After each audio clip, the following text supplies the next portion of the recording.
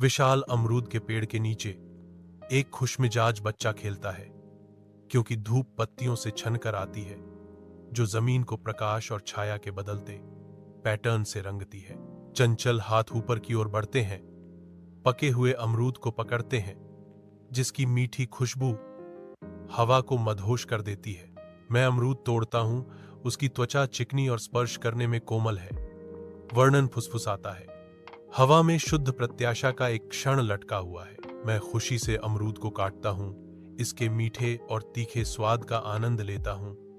वर्णन कहता है, स्वाद जीभ पर एक याद की तरह फूट पड़ता है। खुशी की एक लहर, शुद्ध, बिना मिलावट की खुशी दृश्य पर छा जाती है। संतोष हर पत्ती और धूप में सराबोर फल से विकीर्ण होता है।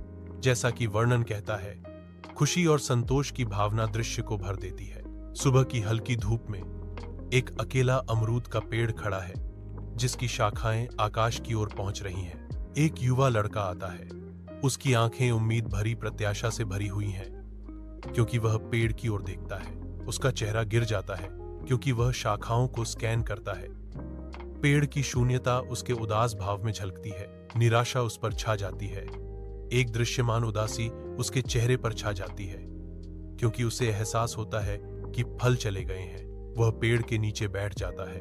उसका छोटा सा आकार उसकी उपस्थिति से बौना हो जाता है, जो गायब हो चुके अमरूद के चिंतन में खो जाता है। एक छोटा बच्चा मासूम जिज्ञासा से प्रेरित होकर घने हरे भरे जंगल में प्रवेश करता है। बच्चे की आंखें एक विशाल गोरिल्ला का पीछा करती हैं, क्योंकि वह एक छोटी मौसम वाली झोपड़ी में गायब हो जाता है। अंधेरे अंदरूनी भाग में सावधानी से झांकते हुए बच्चे ने एक अप्रत्याशित कोमल दृश्य देखा। विशाल गोरिल्ला धीरे से एक छोटे शिशु को एक पका हुआ अमरूद खिलाता है।